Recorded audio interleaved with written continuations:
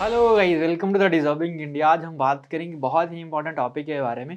आज हम जो समझेंगे पार्लियामेंट के बारे में समझेंगे कि इंडिया की पार्लियामेंट किस तरीके से यहाँ पर काम करती है। ठीक है, तो एक बहुत ही बेसिक से मैं आपको बातों को समझाऊंगा और इस टॉपिक को बिल्कुल आराम से समझेंगे। बहुत ही ईजी सा ये टॉपिक है। ठीक है, और फिर हम नेक्स्ट यहाँ पे देखेंगे। तो आज का जो मेन टॉपिक रहेगा वो रहेगा हमारे पास structures of the Indian parliament. ठीक है, देखो इंडियन पार्लियामेंट को समझने से पहले तीन चार बातें अगर आप यहाँ पर देख लोगे तो बहुत ही इजी है इंडिया के पार्लियामेंट को समझना। देखो Indian constitution, according to the Indian constitution article 79 से याद रख लेना है आपने। ठीक है, आर्टिकल 79 क्या बोलता है? आर्टिकल 79 क्या करता है? Define parliament. ठीक है, ये पार्लियामेंट को डिफाइन करता है। और होता क्या है, ये क्या कहता है आर्टिकल 79 कि एक जो पार्लियामेंट होगी हिमाचल सॉरी इंडिया की, वो किस तरीके से बनी होगी। ठीक है, एक आपके पास बनी होगी लोकसभा से।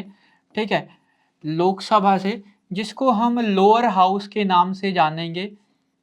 ठीक है, और अगर आपको इसके बारे में इंफॉर्मेशन लेनी है तो आप आर्टिकल 81 यहाँ पर क्या कर सकते हो, रीड कर सकते हो। दूसरा यहाँ पर क्या बताया इसने कि पार्लियामेंट, दूसरा जो हिस्सा है पार्लियामेंट का वो है क्या? राज्यसभा का, जिसको हम काउंसिल ऑफ स्टेट्स के नाम से भी जानते हैं, या तो इसका दूसरा नाम है क्या? अपर हाउस के नाम से भी इसको क्या करते हैं, हम जानते हैं। और क्या बोलता है इंडियन कॉन्स्टिट्यूशन कि अगर आपने राज्यसभा को समझना है तो आर्टिकल 80 के पास आप यहाँ पर जा सकते हो। तीसरी बात यहाँ पर क्या बोला कि पार्लियामेंट में सबसे हेड जो पर्सन होगा वो होगा कौन? प्रेसिडेंट। और अगर आपने प्रेसिडेंट के बारे में अगर आपने रीड करना है तो आर्टिकल 52 से लेकर 62 के बीच में आप इंफॉर्मेशन ले सकते हो। किसके बारे में?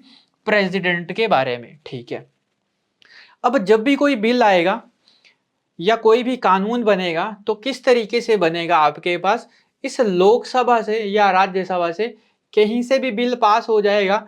अगर लोकसभा से बिल अगर आया तो वो जाएगा राज्यसभा में। ठीक है, और राज्यसभा से वो बिल पास होगा, फिर देन वो बिल जाएगा किसके पास? प्रेसिडेंट के पास।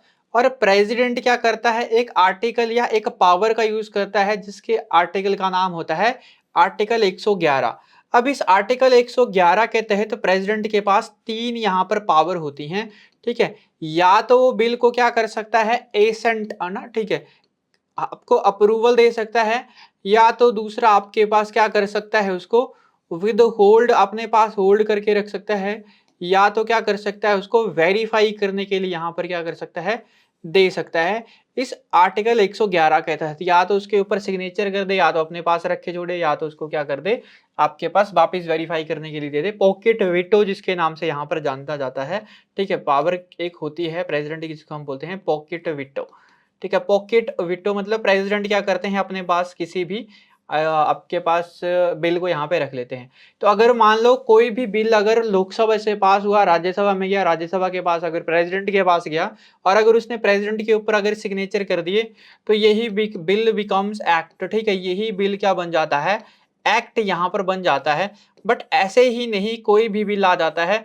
देखो इसके ऊपर कुछ कमेटीज वगैरह भी बैठती हैं, पहले उसको वेरीफाई करती हैं। अगर वो बिल अगर वैलिड लगा किन कमेटीज के द्वारा, तब ही फिर क्या आता है? लोकसभा या राज्यसभा में आता है। अगर ये तो था हमने लोकसभा, अगर मान लो राज्यसभा में कोई बिल आया, देन जाएगा लोकसभा में, फिर जाएगा प्रेसिडेंट के पास। बट मनी बिल याद रख लेना, मनी बिल यहाँ पर एक्सेप्शन होता है। मनी बिल क्यों एक्सेप्शन होता है? क्योंकि आपके पास मनी बिल जो आता है वो आपके पास प्रायर रिकमेंडेशन होती है। किसकी? प्रेसिडेंट की। प्रेसिडेंट की रिकमेंडेशन पे ही क्या आता है? मनी बिल आता है। तो वो लोकसभा में आता है, फिर राज्यसभा में आता है, वो प्रेसिडेंट के पास नहीं जाता है। ठीक है, बट वो लोकसभा में आएगा, राज्यसभा में जाएगा 14 डेज तक। अगर 14 डेज के अंदर राज्यसभा क्या उसको कंसेंट ना दे तो ऑटोमेटिकली वो क्या हो जाता है? पास हो जाता है। बट याद रख लेना दूसरी बात है, राज्यसभा ना ही मनी बिल में कोई अमेंड यहाँ पर कर सकती है, बाकियों में यहाँ पर अमेंडमेंट यहाँ पर हो जाती है। अब मेजोरिटी 2/3 का होता है या आपके पास 50% का होता है, तो डिपेंड ऑन बिल की बिल किस तरीके से यहाँ पर बातें हैं। ठीक है, तो बाकी हम बाद में करेंगे। पहले हम जो टॉपिक समझते हैं वो टॉपिक समझते हैं किसके बारे में? लोकसभा के बारे में। फिर बात करेंगे राज्यसभा के बारे में। और प्रेसिडेंट तो मैंने आपको लास्ट सेशन में बहुत ही पूरी डिटेल से करवा दिया है। आर्टिकल 52 से लेकर 62 तक, आर्टिकल 72 मैंने आपको करवाया हुआ है, साथ में इसके एग्जीक्यूटिव पावर, लेजिस्लेटिव पावर, ठीक है, कि किस तरीके से वो लोकसभा को क्या कर सकते हैं, डिमोलिश कर सकते हैं। तो प्रेसिडेंट के बारे में हम बात कर चुके हैं, आर्टिकल 111 के तहत हम बात कर चुके हैं, ठीक है। आज हम बात करेंगे मेन लोकसभा, राज्यसभा और बिल कैसे यहाँ पर पास होता है, ठीक है। चलो, तो सबसे पहले हम बात देखते हैं आपके पास, ठीक है, किसके बारे में आपके पास लोकसभा के बारे में। तो लोकसभा मैंने आपको बताया, इसको हाउस ऑफ द पीपल या तो दूसरे किस नाम से जानते हैं, लोअर हाउस के नाम से इसको क्या करते हैं, जानते हैं, ठीक है। इसमें आपके पास कौन सा आर्टिकल लोकसभा को डिफाइन करता है, तो याद रख लेना, आर्टिकल 81 डिफाइंस दी लोकसभा। अनुच्छेद 81 भारत संविधान का अनुच्छेद 81 या article 81 of the Indian constitution define the Lok Sabha, ठीक है, कि लोकसभा को क्या करता है, ये डिफाइन करता है और क्या कहता है कि मैक्सिमम मेंबर कितने होंगे, इसमें 550 होंगे, और डायरेक्टली जो इलेक्टेड होंगे, अभी आप सभी को ही पता है ये 18th लोकसभा के जब इलेक्शन हुए थे तो 543 सीटों पर इलेक्शन हुए थे, ठीक है। तो इसने क्या कहा कि डायरेक्टली जो इलेक्टेड होंगे ना वो कितने होंगे, 543, ठीक है। तो 543 क्या किए जाते हैं, डायरेक्टली इलेक्टेड किए जाते हैं। मैक्सिमम सीटें 550 हैं, बट डायरेक्टली इलेक्टेड कितने होते हैं, 543, ठीक है। 543 क्या किए जाते हैं, डायरेक्टली इलेक्टेड यहां पर किए जाते हैं, और दो यहां पर ना 2% नॉमिनेट भी किए जाते थे, 2 persons were nominated by the president. 2% यहां पर नॉमिनेट भी किए जाते थे, और ये दो नॉमिनेशन जो होती थी वो होती थी एंग्लो इंडियंस। अब एंग्लो इंडियंस क्या होते हैं, ऐसे एंग्लो या ऐसे अंग्रेज जो भारत के आजादी के बाद 1947 के बाद इंडिया में ही रुक गए, उनके लिए कुछ रिजर्वेशन का प्रावधान रखा गया था।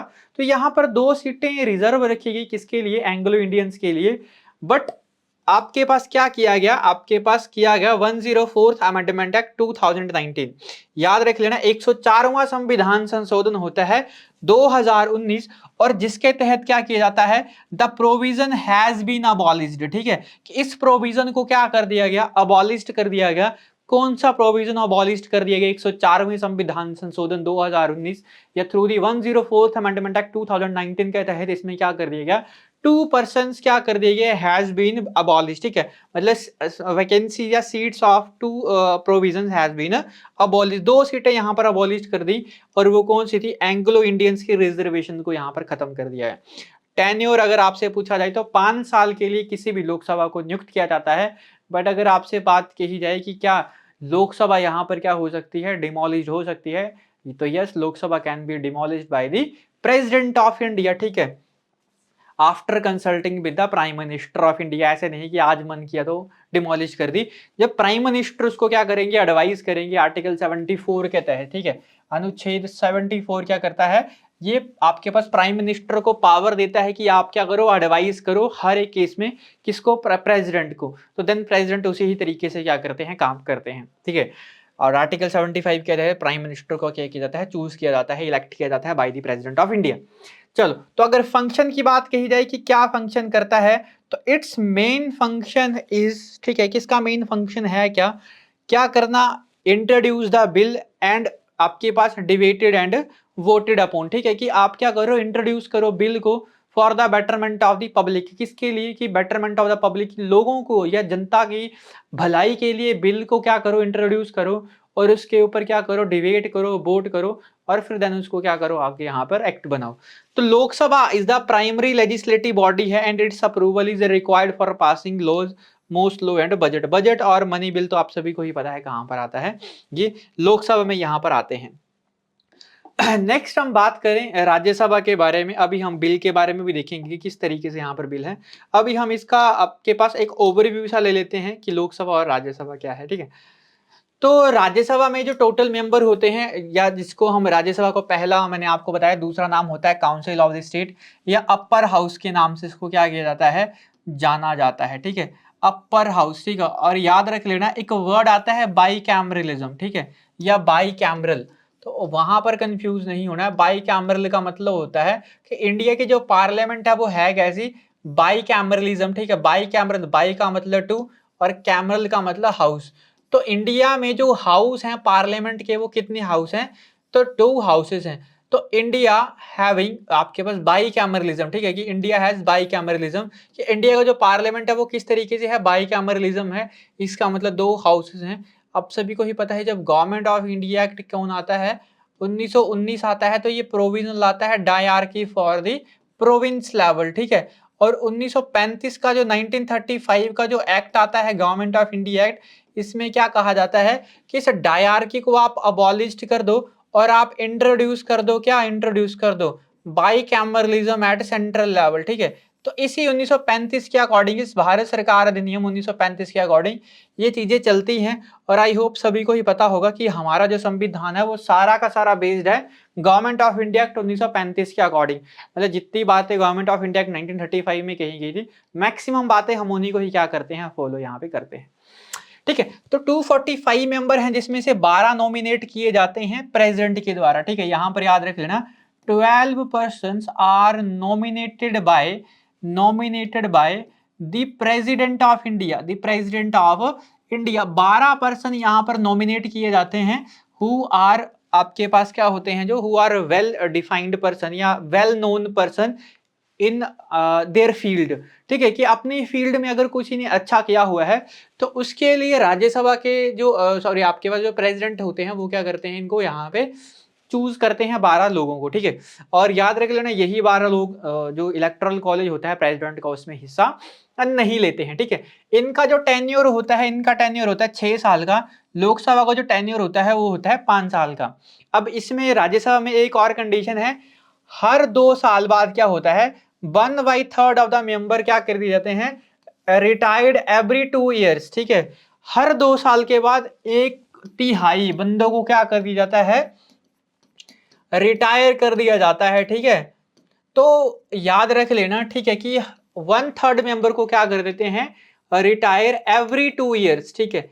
एवरी 2 ईयर्स मतलब 6 साल का तो कार्यकाल होगा पूरे के पूरे मेंबर का, ठीक है। पूरे के पूरे मेंबर का जो कार्यकाल होगा, जो टेन्योर होगा वो होगा 6 साल का, ठीक है। देन उसके बाद क्या किया जाता है, आपके पास 1/3 को क्या कर देते हैं, रिटायर कर देते हैं। मतलब एक ही बार में राज्यसभा के 1/3 मेंबर क्या हो जाते हैं, रिटायर हो जाते हैं। अगर आपसे पूछे कि राज्यसभा का टेन्योर कितना है, तो याद रख लेना राज्यसभा का कोई टेन्योर नहीं होता है, इसका डेमोलिशन या डेमोलिशन नहीं होता है, इसको डिस्ट्रक्ट नहीं कर सकते हैं, इसको खत्म नहीं कर सकते हैं। बट इसके मेंबर क्या होते हैं, रिटायर होते हैं। तो इनके जो मेंबर होते हैं उनका टेन्योर होता है 6 ईयर। और लोकसभा का अगर टेन्योर पूछे तो लोकसभा का टेन्योर होता है आपके पास 5 साल, क्योंकि 5 साल के बाद क्या हो जाती है, ऑटोमेटिकली यहाँ पर लोकसभा खत्म हो जाती है।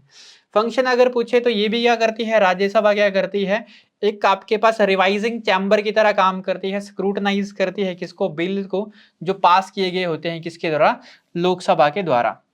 याद रख लेना तीसरी बात जो हमने यहाँ पर बात की कि प्रेसिडेंट क्या होते हैं of India, is the constitutional head of the parliament, ठीक है। अगर आपसे पूछे कि बताओ कि प्रेसिडेंट कौन होते हैं पार्लियामेंट से रिलेटेड, तो constitutional head of the parliament is the president of India, ठीक है। कि हमारे पास जो पार्लियामेंट के जो कॉन्स्टिट्यूशनल हेड होंगे वो कौन होंगे, यहाँ पर प्रेसिडेंट होंगे। और after his or her consent या assent is require a bill to become a law, इन्हीं के ही कंसेंट के बाद या इन्हीं के अप्रूवल के बाद क्या होता है, किसी बिल को यहाँ पर कानून बनाया जाता है, किसी बिल को क्या बनाया जाता है, एक्ट बनाया जाता है, ठीक है। या तो अपने यहाँ पर उसके बाद फिर प्रेसिडेंट अगर नहीं चाहे तो उसको यहाँ पर होल्ड करके और वहां पर उसको बिल को क्या कर सकते हैं, एक्सेप्ट नहीं कर सकते हैं। अब हम बात देखते हैं आज का जो मेन टॉपिक है वो है क्या, लॉ मेकिंग। देखो राज्यसभा में बहुत ज्यादा मेंबर होते हैं, वाइस प्रेसिडेंट होता है जो एग्जीक्यूटिव चेयरमैन होता है, ठीक है।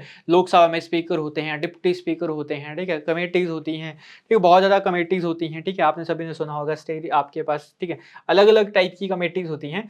अब हम जो मेन बात कर रहे हैं वो बात कर रहे हैं कि लॉ मेकिंग प्रोसेस का, कि किस तरीके से यहाँ पर क्या किया जाता है, किसी भी बिल को यहाँ पर कानून बनाया जाता है। तो मेनली यहाँ पर बात है कि लोकसभा से पास होगा राज्यसभा में, राज्यसभा से पास होगा प्रेसिडेंट के पास, या तो राज्यसभा से जाएगा लोकसभा में, या तो फिर वहां से डायरेक्ट यहाँ पे प्रेसिडेंट। और मनी बिल वगैरह है तो सिर्फ वो लोकसभा में ही आते हैं, राज्यसभा में आते हैं बट 14 डेज के लिए सिर्फ डिस्कस के लिए, ठीक है। और वो प्रेसिडेंट के पास नहीं जाता है क्योंकि मनी बिल प्रायर रिकमेंडेशन से ही आता है पार्लियामेंट में, लोकसभा में, ठीक है। तो यहाँ पर सबसे पहले होता क्या है process, introduction of the bill. Bill को इंट्रोड्यूस किया जाता है, ठीक है। बिल को अगर पूछे कि कहाँ पर इंट्रोड्यूस कर सकते हैं, तो bill can be introduce either house, चाहे लोकसभा में इंट्रोड्यूस कर लो या तो आप राज्यसभा में इंट्रोड्यूस कर लो, ठीक है। और bill can be introduce by, bill किसके द्वारा इंट्रोड्यूस किए जाते हैं, मिनिस्टर्स के द्वारा, और by the member of the parliament, private member bill, ठीक है। प्राइवेट मेंबर्स बिल, देखो आपके पास जो होंगे, जो आपके पास गवर्नमेंट जो बिल होंगे जो गवर्नमेंट से रिलेटेड है, वो तो मिनिस्टर के ही द्वारा लाए जाते हैं, but members of the parliament के द्वारा प्राइवेट मेंबर्स बिल भी यहाँ पर लाए जाते हैं। उसके बाद सेकंड जो प्रोसेस होता है वो होता है फर्स्ट रीडिंग। इस फर्स्ट रीडिंग में क्या होता है, एक फॉर्मल स्टेज होती है where the title of the bill is read out and copies are distributed, there is no debate at this stage. मतलब पहली रीडिंग में होगा क्या, उसके टाइटल को समझा जाएगा और उसकी पूरे के पूरे जो भी हमारे पास बिल आया होगा उसके पूरी की पूरी कॉपीज को क्या किया जाएगा, डिस्ट्रीब्यूट किया जाएगा, चाहे लोकसभा में या तो राज्यसभा में, जिस भी हाउस में क्या आ रहा है, इंट्रोड्यूस हो रहा है बिल को। तो याद रख लेना पहली रीडिंग में होता है क्या, एक फॉर्मल स्टेज रीडिंग होती है जहां पर title of the bill is read किया जाता है और कॉपीज को क्या किया जाता है, डिस्ट्रीब्यूट। याद रख लेना, ठीक है। टाइटल, ठीक है, title of the bill is read out, सिर्फ टाइटल को यहाँ पर रीड करते हैं और कॉपीज को क्या किया जाता है, डिस्ट्रीब्यूट यहाँ पर किया जाता है। अब आती है बात, एक बार अगर मान लो कॉपीज यहाँ पर लोगों के पास पहुंच गई, तो कॉपीज पहुंच गई तो फिर होती है यहाँ पर जर्नल रीडिंग। अब जर्नल रीडिंग में होता क्या है, जर्नल डिबेट होती है। The principle and purpose of the bill are discuss. यहाँ पर इसके मतलब अगर क्या हुआ, अगर बिल अगर किसी के पास आ गया तो उसके प्रिंसिपल और पर्पस को क्या किया जाता है, यहाँ पर डिस्कस किया जाता है सेकंड स्टेज में। पहले तो टाइटल मिल गया पहले स्टेज में, देन उसके बाद क्या होगी, कॉपी डिस्ट्रीब्यूट होगी, देन उसके बाद आपके पास प्रिंसिपल और पर्पस यहाँ पर डिस्कस होते हैं, ठीक है। जर्नल सी डिबेट होती है, मतलब ऐसा कुछ नहीं कि बहुत ही ज्यादा यहाँ पर डिबेट, सिर्फ जर्नल सी डिबेट होती है, ठीक है। उसके बाद यहाँ पर होते हैं वोट। तो एक वोट इज आपके पास taken on whether the bill should proceed on the next stage और नॉट, मतलब यहाँ पर ही वोटिंग होती है कि क्या बिल को आगे ले जाना चाहिए या नहीं। उसके बाद आपके पास आती है कमेटी स्टेज, बहुत ज्यादा इंपॉर्टेंट है। सेकंड रीडिंग के बाद याद रख लेना, सेकंड रीडिंग के बाद आती है कमेटी स्टेज, जिसमें क्या कहा जाता है कि बिल को रेफर कर दो कहाँ पे, पार्लियामेंट्री कमेटी, जो अलग अलग टाइप की कमेटीज बनी होती हैं, जो किसी स्पेशली इसमें मतलब आपके पास कुछ कुछ ऐसे पर्सन होते हैं जो स्पेशल ही उन चीजों को देखते हैं। तो कमेटी के पास ये जाती है फॉर द पार्लियामेंट्री कमेटी के पास फॉर द डिटेल एग्जामिनेशन। इसमें डिटेल एग्जामिनेशन यहाँ पर होती है और the committee can make amends और सजेस्टेड चेंज। अगर कुछ चेंजेस हो तो कर देते हैं, कुछ अमेंडमेंट्स हो तो कर देते हैं, अगर नहीं है तो उसको वापिस भी कर देते हैं। उसके बाद आती है कमेटी की रिपोर्ट। कमेटी प्रेजेंट करती है अपनी रिपोर्ट को and the bill along with proposed amendment is debated in the house, ठीक है, कि ये चेंजेस यहाँ पर कर सकते हैं और बाद में यहाँ पर कोई इशू ना आए पार्लियामेंट में रिलेटेड। देन उसके बाद थर्ड रीडिंग यहाँ पर चलती है, बहुत ही इंपॉर्टेंट है। अब पूरा का पूरा final version of bill is debated in the house, ठीक है। फाइनल वर्जन यहाँ पर क्या होता है, आपके पास हाउस में डिबेट होते हैं और member discuss the bill in its entity and any further amendments can be made. The bill is then put a vote के लिए जाता है और फिर इसके बाद कंस्ट्रक्शन सॉरी आपके पास consideration in the other house. मतलब पूरा का पूरा पहले हाउस में हो गया, चाहे लोकसभा में या तो राज्यसभा में। तो पहली रीडिंग में होता क्या है, सिर्फ एक टाइटल को पढ़ा जाता है और उसकी कॉपी डिस्ट्रीब्यूट होती है। फिर सेकंड स्टेज में क्या किया जाता है, उसके ऊपर डिबेट होती है, जर्नल डिबेट होती है और फिर वोट होता है। देन फिर वो जाता है कमेटी के पास। After the recommendation of the committee, ठीक है, क्या किया जाता है, तो बिल इंट्रोड्यूस किया जाता है। बिल इंट्रोड्यूस्ड इन, ठीक है, बिल इज इंट्रोड्यूस इन आपके पास इन द पार्लियामेंट। बिल को इंट्रोड्यूस किया जाता है इन द पार्लियामेंट और या तो हाउस में, और आफ्टर द कंसिडरेशन या after the voting of the first house it's passes to the other house, ये दूसरे हाउस में जाता है और फिर बिल इंट्रोड्यूस होता है लोकसभा में या तो दूसरे हाउस राज्यसभा में, और इसके ऊपर क्या होता है, वोट होता है। और फिर अगर वोट अगर पास हो गया तो ठीक है, फिर ये डायरेक्ट जाएगा किसके पास, प्रेसिडेंट के पास। और अगर प्रेसिडेंट ने इसके ऊपर असेंट दे दिया तो क्या होगा, हाँ कर दी, तो यही बिल क्या बन जाएगा, आपके पास एक्ट बन जाएगा। तो both houses passes the bill, it sent to the president for the assent, ठीक है।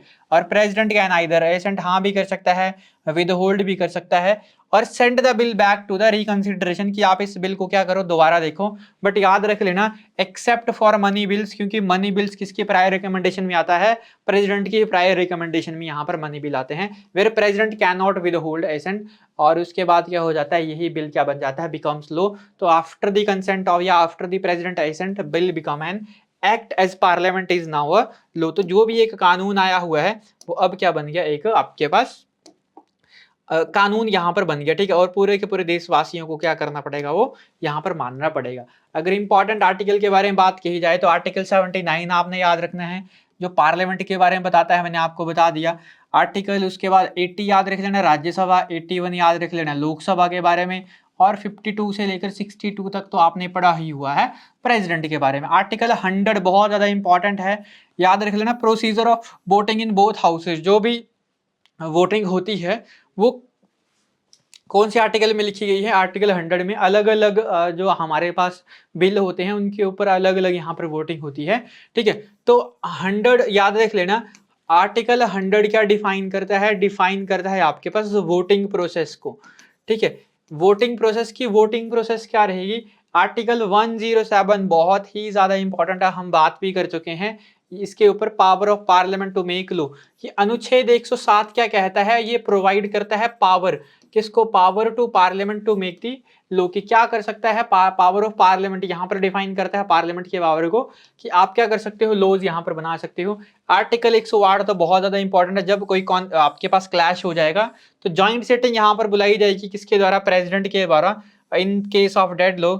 और इस जॉइंट कमीशन को जो आपके पास जो लीड करता है, जो प्रिसाइड ऑफिसर होते हैं, वो लोकसभा के स्पीकर होते हैं, ठीक है। और आर्टिकल 111 तो मैंने आपको बता ही दिया, assent to bill by the president, की बिल को असेंट जो देगा वो कौन देगा, आपके पास प्रेसिडेंट यहाँ पर देगा।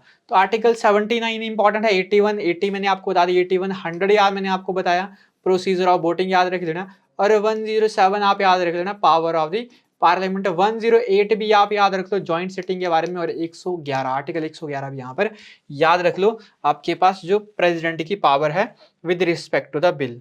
चलो, तो ये था आज का सेशन, आई होप आपको वीडियो समझ आई होगी, ठीक है। तो आज का सेशन रखते हैं इतना ही, मिलेंगे नेक्स्ट सेशन में, तब तक के लिए थैंक यू।